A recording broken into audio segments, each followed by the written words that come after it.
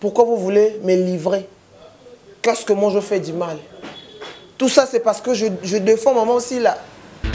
Yo olia na maboko. Mais mam sa yo kon kelete. Yo moko lobi ke na kamo kutu po mam sa yo kanga tan kelete azolia ye na fourchette nga na maboko. Et c'est na mi da maomi. Bo bende na mono makolote s'il te plaît que aya penza comme mon grand. Botika eka bongo. Les gens qui viennent insulter ma personne, les gens qui viennent peut-être me traiter de deux fois, ou moi je sors avec des gars, moi je scène. Quand les gens viennent dire ça, qu'est-ce que vous en dites?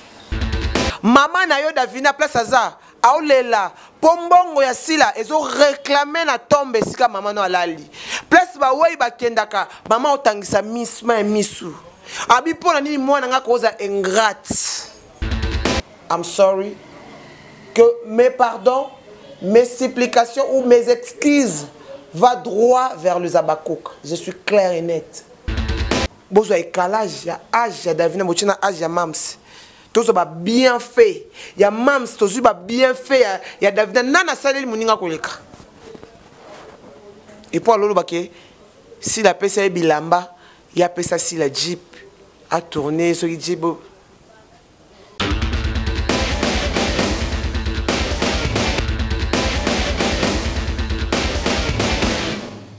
Et voilà, bonjour, bienvenue dans Boloko Officiel TV. On a tonton Sam l'artiste, on a tonton Sam l'artiste, Zambalola Pambola Bino de loin de près, pourquoi pas.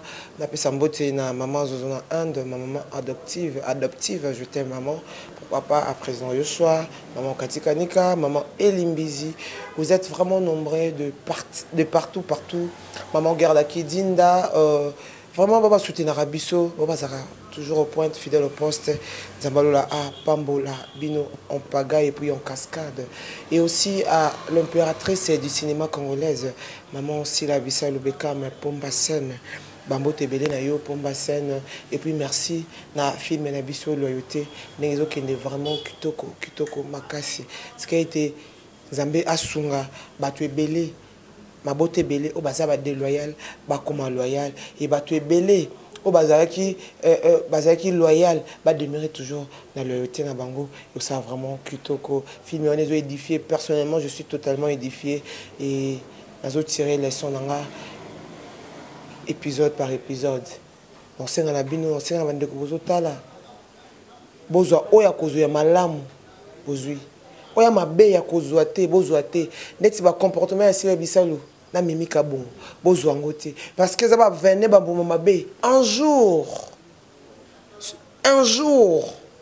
ça finira toujours par tourner. Donc qui veut dire que dans la vie quel que soit au mimoni que yonde aux un monopole yonde aux en assurance parce que au comme un privilège à moi et l'eau comment boyer faut que un jour ça peut tourner vers toi. Merci à tout le la tonton Sam l'artiste. Merci à s'abonner à Sam l'artiste TV. On va soutenir. Merci à tout le et ça là vraiment kitoko.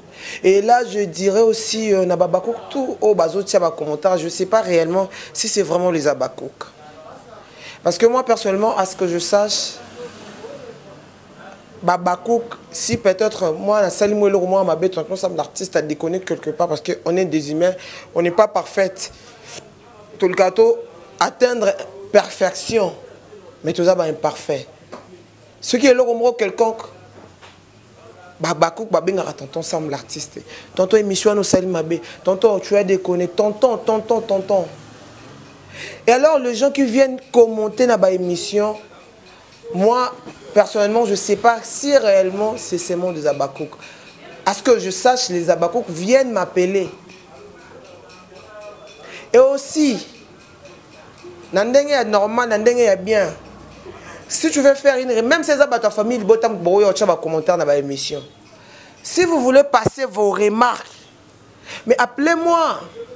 Bon ben tonton Sam l'artiste que tonton Sam c'est que tu as fait là tu as déconné, tu as mal fait.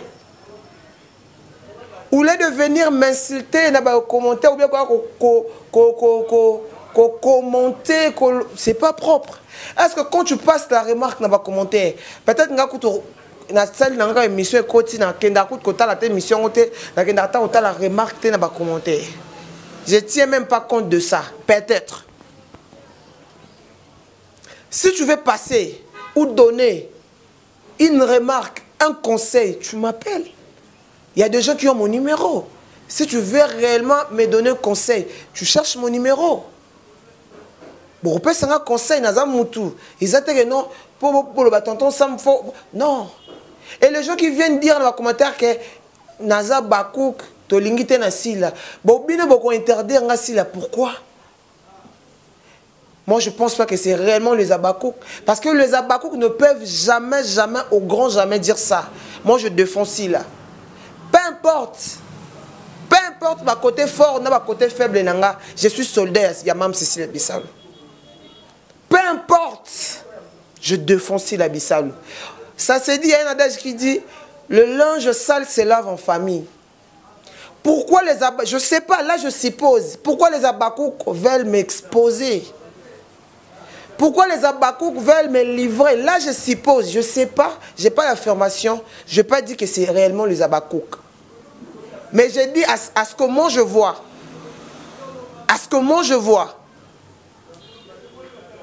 ce sont des gens qui sont derrière la télé, des gens qui nous regardent derrière la télé. Je n'ai pas la maîtrise de dire que réellement c'est la Bakouk ou c'est pas la Bakouk, je ne sais pas. Mais ce sont des commentaires. Donc les gens qui viennent commenter pour prétendre qu'ils sont des Abakouk. Je suis tellement désolé. Je suis totalement désolé. À ce que moi j'ai compris et à ce que donc et ça lit vraiment bien. Pourquoi vous voulez me livrer? Qu'est-ce que moi je fais du mal? Tout ça c'est parce que je défends maman aussi là. Si j'ai des faillites, si j'ai des erreurs, je suis humain. Je ne suis pas parfait. Je suis votre fils, votre collègue, votre confrère, votre neveu. Mais pourquoi vous faites ça? Il y a même des gens qui viennent insulter, mais à Zoataton, pourquoi je fais ça? Pourquoi je dis ça? Vous ne savez pas comment nous sommes touchés. Comment nous sommes blessés et comment nous sommes choqués. Vous ne savez pas. On est totalement touchés. Et pleinement touchés. Si Tonton Sam l'artiste se présente dans une émission, moi je me présente. La première des choses, c'est pour défendre maman Sila Bissalou. La casquette, en tant que journaliste, en tant que mouton vendre produits, marchandises naïe. J'espère qu'on évolue bien. Si je me présente dans une émission, c'est pour premièrement défendre Sila Bissalou loyauté. Après avoir défendre Sila Bissalou, et là, je pars maintenant pour régler ce qui me concerne. Je pars régler ce qui me concerne. Les gens qui veulent nous nuire,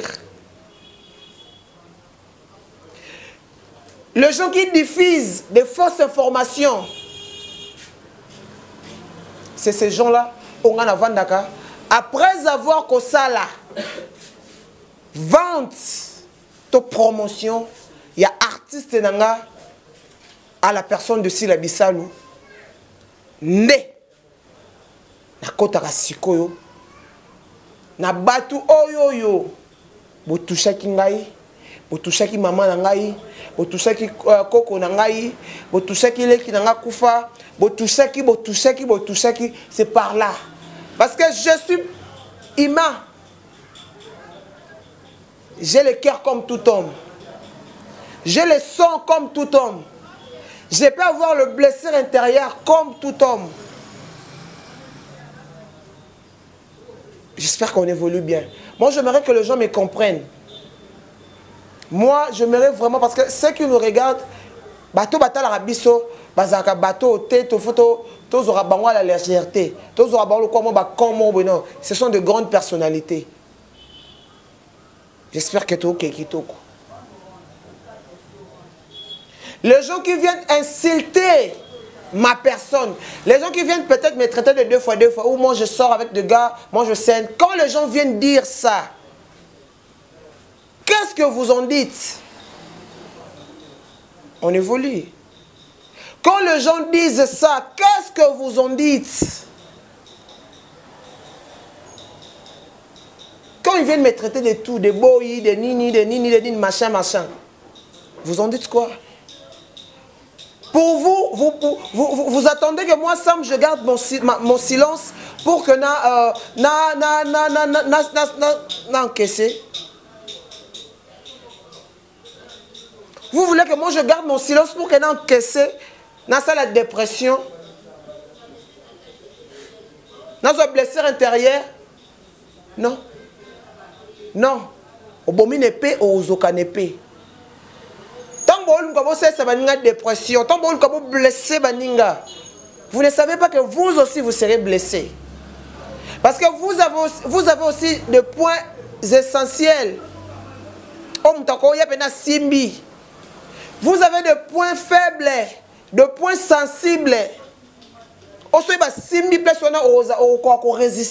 Et pourquoi vous voulez toucher les gens? Moi je défends Maman Sylla Bissalo Bekam. En tant que combattant chargé de guerre à Babakouk. Ceux qui, Moutayo Finga Mam Sylla Bissalo, Mam Sa Azan temps yo finga te, anato yo répondre te.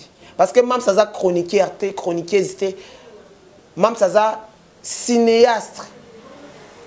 Toujours qui est bien. Mam Sa cinéaste. Moi, Sam l'artiste, si on m'ingérie, si on me traite de tout et de rien, collègue nanga. Tu gérer en tant que collègue. C'est-à-dire que en tant que collègue. Parce que tant que tu as sa caméra, tu gères ma bé. Tu as sa caméra, tu gères ma bé, ça veut dire que tu gères ma bé. Il faut que tu garder ma bande na coin na ye, asila mana coin na ye. J'espère que tu es OK bien. Mais au moins, ma remarque, je prends ça en acte. Ça me va droit au corps, je prends ça en considération. Si seulement c'est que c'est les Abakouk, j'aimerais que les Abakouk commentent cette vidéo. J'aimerais que les Abakouk commentent cette vidéo. Si peut-être Sam l'artiste a offensé ou je mal parlé, j'ai été mal bouche ou peut-être j'ai déplacé le bord de limite. I'm sorry. Que mes pardons, mes supplications ou mes excuses vont droit vers les Abakouk. Je suis clair et net. Si c'est réellement que ce sont les Abakouk qui se plaignent, si réellement que ce sont les Abakouk qui se plaignent, je dis et je le répète encore, I'm very, very sorry. I'm very, very sorry. Je suis totalement désolé. Aussi, aux gens qui viennent me traiter de tuer de rien, je suis tellement content et heureux parce que vous faites ma promotion. Ce que vous faites là, c'est ma promotion. J'ai vraiment vite compris, c'est parce que je suis autour de Sylla Bissalo. Je suis à côté de Sylla Bissalo. C'est pour cela que les gens viennent toujours me toucher. Parce que je pèse. Parce que Sam l'artiste pèse. Yango. Ils viennent toujours s'acharner sur moi. Bino tout bo sangalinga. Bino tout bo traitenga de tout et de rien. Bino tout bo limbo lapidenga. Bo lapidenga bo zwanini. Bino tout, je vous vois. Je vous regarde. Et si je viens un son dans émission, bon moi na rage parce que quand je vois les émissions ça m'énerve. Quand je viens à l'émission, ça tant que je émission, ça m'énerve. Bandeko botalanga bolimbisanga. Pona zaka mutu akanda mukuse. Ngaka mutu akanda mukuse. Ya bomona ya mona oleka na ba émission. Mutema esuka nga pa pamba. Mutema esuka nga pa pamba. Na osenga na bato tu balinga nga bochanga na mabondeli. S'il vous plaît, botsanga na mabondeli. Nakamuta kanda. So kanda inga na sala makamususu, na ko tchape caméra boye. O régler ma bé na régler ma bé. To régler ma bé. O régler même si ma bé na régler ma bé. Tant bolo ba mwana wana fingaka, ça mazin poli mutali boso a finga to a recadrer l'internet sur moi je ne gérerai pas. Bobi msena vidéo to place na loba ba injure. Y en a pas. Ba insanité na lobaka o mutu azali puis na recadraka mutu na ndenga zaleli. Mais ba traiter nga de tout et de rien. D'abord émission na ngande bo mona ngozo piquer yango bo finga nga bo benga nga mutu mabe. Boza posa bo faire taire nga. Les abakouk. To comprendre ba jeune bango. Bazo luka ba faire taire nga. Yango ba sali ba faux compte pour ba lo ba ke babakouk. La voix du peuple, c'est la voix de Dieu. Je sais que le peuple, les abakouk sont toujours derrière moi. Ils me soutiennent, ils m'appellent. J'ai des abakouk qui m'appellent le matin. Tonton Sam, tu vas bien? Tonton Sam, aujourd'hui tu as des émissions. Tonton Sam, j'en ai. Donc, s'il te plaît, s'il vous plaît, na bateau tout ba otalanga. Bolukabo faire taire ngate na ndinga mabe. Parce que jusque là na bomi na mutute. Na bomi na mutute. Na lingara ba remarque, moi j'aime les remarques. Une remarque ça peut faire changer la vie de toute une vie d'une personne. Une remarque, juste une remarque. Ça peut orienter une personne. Mais la remarque, ça ne se fait pas, ça ne se donne pas en plein air. Quel que soit. La personne est fautive. Fautive plutôt. Quelle que soit la personne est fautive. La correction ou le reproche, ça ne se donne pas en plein air. Là, c'est une façon d'humilier la personne. Moi, je suis fidèle au poste. Les abakouk m'appellent. J'affirme, je le confirme, je le réaffirme. Que les abakouk remarque pèse à la gatoza batou. Netinga babakou tonton Sam l'artiste tika s'il te plaît. Soro monata muto eko lekela ayeko finga mam si tika kolanda na ote. Tika kolanda na ote beta kara mais siko robeta kara ndenge nini robeta kara ndenge ne mutu ezo na mona siko tala ko assumer ba charge nyonso wana mama finga wana c'est pas facile hein? Ça veut dire ma finga nyonso kwela wana mutu ko assumer kutu te to ba retomber dans nyonso vandi bo ozolia bo ba émission tout ça ko ta YouTube okuta non. Ok, bien. Tobe Kapembe. J'espère que n'engana solana nwana to solango kitoko. Siko tango na oloba makambo ya Davina bomoninga mo amabe. Po voir na ngai comme nango o na mnoramboka na biso balobaka makilambwa. Na mnoramboka biso makilambwa. Makilambwa ezaka nini? Ato sali na yo loko te mbo ata sali ne loko te babambake ka libanga mbo ata sali ne loko te aye na ya pema me babenga na ye babambeli do makilambwa ngana makilambwa te parce que je défends la bonne cause parce que je suis pas un vaurien, je suis pas une personne qui est venue dans les néants juste pour que se réfugier dans YouTube. C'est une tête qui fonctionne.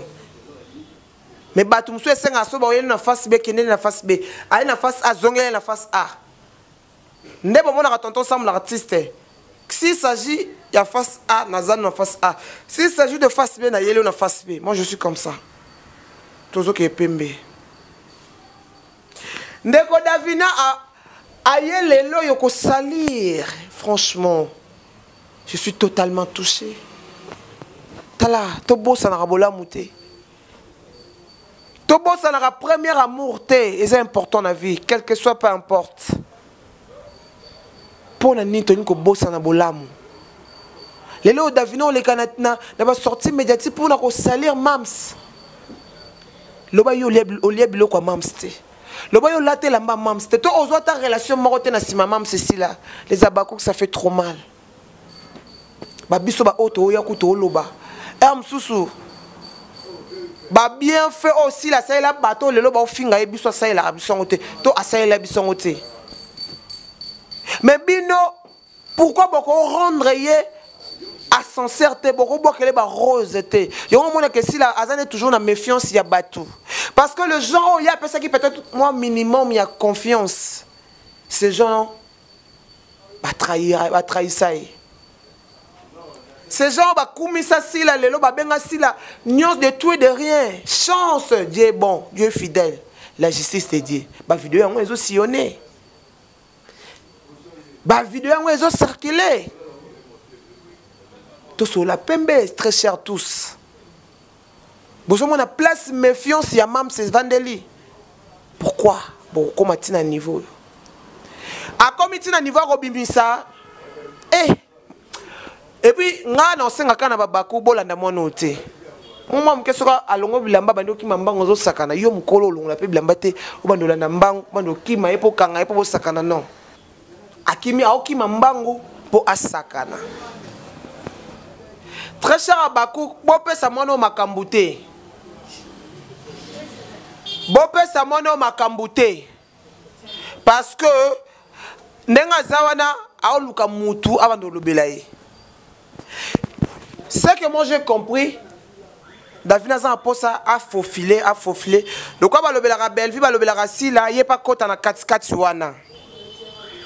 Akomo luka, a luka pe a côté na 4 polémique. Akomo luka ba comme rolobele pe, akomo luka ba benge pe mams, akomo luka pe akomi pe ko luka donc azo yakaka. Bon comprendre de ba sortie médiatique à David Nazan.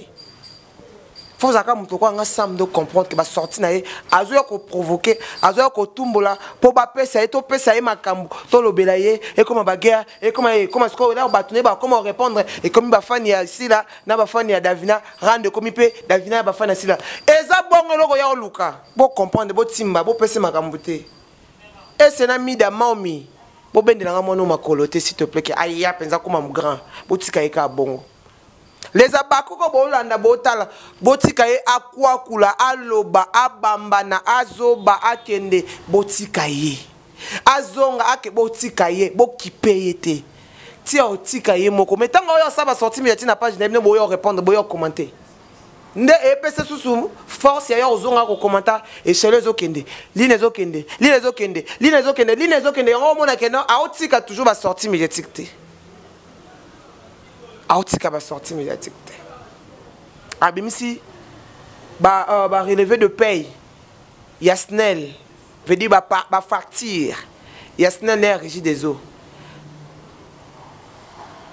Que yaza mama lupangu yé azana Yasnel a yébié régie des eaux yébié. Ba misous ba bimisa ba t'as d'abord un débat à la con.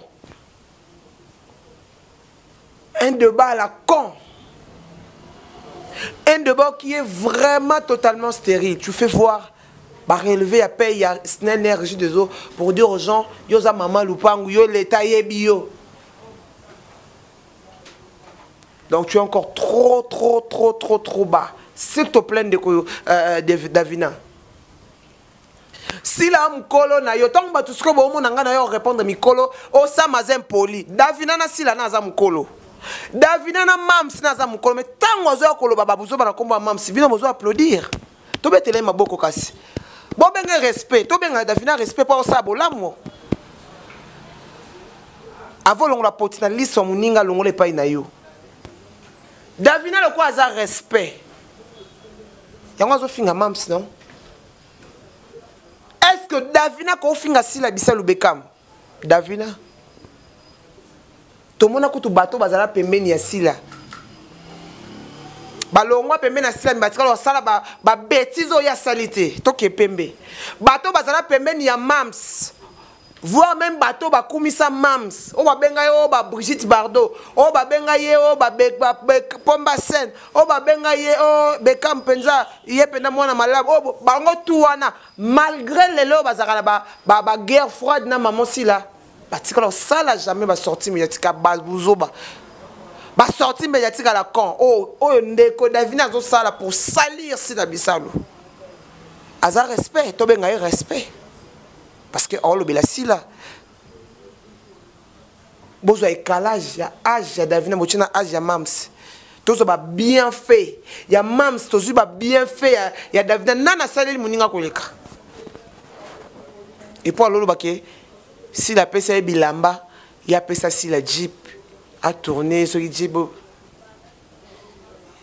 Est-ce qu'on peut essayer pour attendre nango to peut essayer pour comme y to peut essayer pour jouer dans film où yo mo pose pourquoi tu veux toujours créer bablo eza tellement na subasmate ba vidéo bima c'est que ba elo essayer passe ba vidéo nengo komisa si là yo Davina oloba que Mams okamwa simplicité ya Mams yo olia na maboko bolia pat veut dire spaghetti bolia na yo Mams olia na fourchette to ka fourchette muso ezakite yo olia na maboko mais Mams ayo ka onkelete yo moko lobike na kamo kutu po Mams ayo ka ngata nkelete azolia ye na fourchette ngana maboko yo moko minimizaki ozaya ko mimona nkele po sila mono nkele sikoyo muninga oyo to mama oyo to grande sœur to yaya oyo amona yo nkelete alia na yo na maboko na fuma alia na yo Mama oya pesa yo ba relation. Mama oyo apesa mutuka na ye eke kotika yo pona ba course. Mama oya pesa yo bilamba, mama oya kundela yo mama. Oh my goodness, même mama na place aza aolela. Mama na yo Davina place aza aolela. Pombongo ya sila ezo réclamer na tombe sika mama no alali. Place ba wei ba kendaka mama otangisa misma misu. Abi pona nini mwana nga koza ingrate. Mwana nga aobeti sanga fimbo sika na zapa bawa. Ozo beti sa mama na ofimbo sika za et pas bawa parce que maman na zo lela jour et nuit.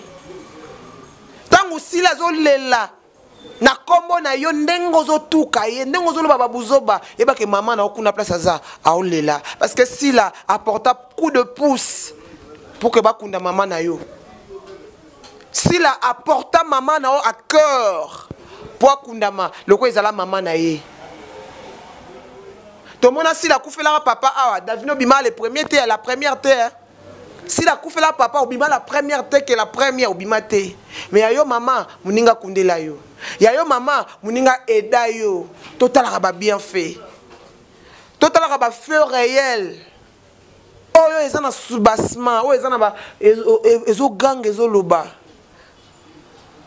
et osanga passe mais non singa kana ba bakuko to chaekate parce que so to chaeka to pc sous makambo eza ko to propulser tout ce qu'on propulser tout ce qu'on faire avancer naïbi que ça fait mal d'être toujours défendre œuvre na biso tout le monde a moutoua ya ko dénigrer mais ça peut na moutou sous aye pena de excusez aye pena dénigrer lobby botie pata kate a comprendre pena que a peser te yango botie kate a comprendre pena que a gagner bambi mamilanga bambi manzanza mambalanga mais et l'eau est salité ton vide ça veut dire place l'eau ton vide déjà dans ezaka bon eloko exactement exact so tient ngongo gangi ah ezong sona beko ah donc c'est ton vide bolanda te conseil gratuit tonton Sam l'artiste a aussi na babako nyonso ya monde entier o botali ngai bo commenter bo partager bo aimer et ça la bien bato bolandi ngai bo comprendre ngai te pourquoi je dis ça pour na nini na comme na façon loba oyo et puis na ba remarque na le na zongi na place ba remarque bato bosalinga ba remarque na ba commentaire na boyi ba remarque na binoté na lobi teke na boyi ba remarque na bino ça me va droit au cœur na ba remarque nyonso o bopesi mais prochainement sur une pesa ta remarque na yo bengangai pesa suggestion na yo ezala lisolo yanga na yo soye na zem poli ko benganga samo mikolo ko même poli hein Si on a mon bateau, 5, 6, ça m'a combien pour ça veut dire que c'est que je suis suivi, bateau là, va comprendre que non, ok, ma bé. Si on a comment zonga, ça, Mikolo, ok, qui toi quoi, ça, Mikolo, to landa, openza. C'est ça. Ou lui, il y a un commentaire, au finger. Tant que vous finger, si quoi, ils ont tout ce finger, qui sont canne, PC rage, yesu sous ma bé. J'espère que tu es ok, bien. Bobo, ma moto, toute sa famille, les abakouk. Mutasangi si biso eza la bisalu mutazo réunir biso c'est la bisalu c'est la bisalu aussi la bisalu rien. Merci à maman Zozona Inde, maman Katika Mika, maman Elimbizi, maman président Yoshua de Zabakouk, tout balingara tonton Sam l'artiste. Zamba Pambola Bino, ya Willy Moucheni Kodamboka, Masalanga Noredi Lukeba, Lukeba. Merci pour l'assistance. Mon ami Cartolo, de là où tu es aussi, je te salue. Joël Lutoula, page Facebook Abako, on appelle Nora Abako, Joël Lutoula dans Facebook, et puis sur Bambote. Les amis de Sam l'artiste m'ont pas là, ceux qui me soutiennent. Vous avez pour ça mais les amis de Sam l'artiste m'ont pas là. Combien de gens numéro nanga? Beaucoup de groupe nanga ya WhatsApp, il y a les amis de Sam l'artiste m'ont pas là. Kuna ba conseil, to pesa na ba suggestion kuna. To solo na kuna. To beta na ma solo, to panzaka na mateke kuna. Les amis de Sam l'artiste. Oulé. Ouais ko finga. Parce que ko finga et apporta ke lorote. Ko finga et baksaka ma finga. Conseil to remarque en coulisses. Et ça là qui m'a changé, à vous présenter ce que le meilleur. J'espère que Bolandinga Kitoko, merci à Montréal, merci à Dorcas Bolokoko, merci à Président Richard, merci vous avez ébellé les abacos, commentez, partagez sur les Amazon. On se retrouve très prochainement pour un nouveau numéro. Quant à moi, je vous dis.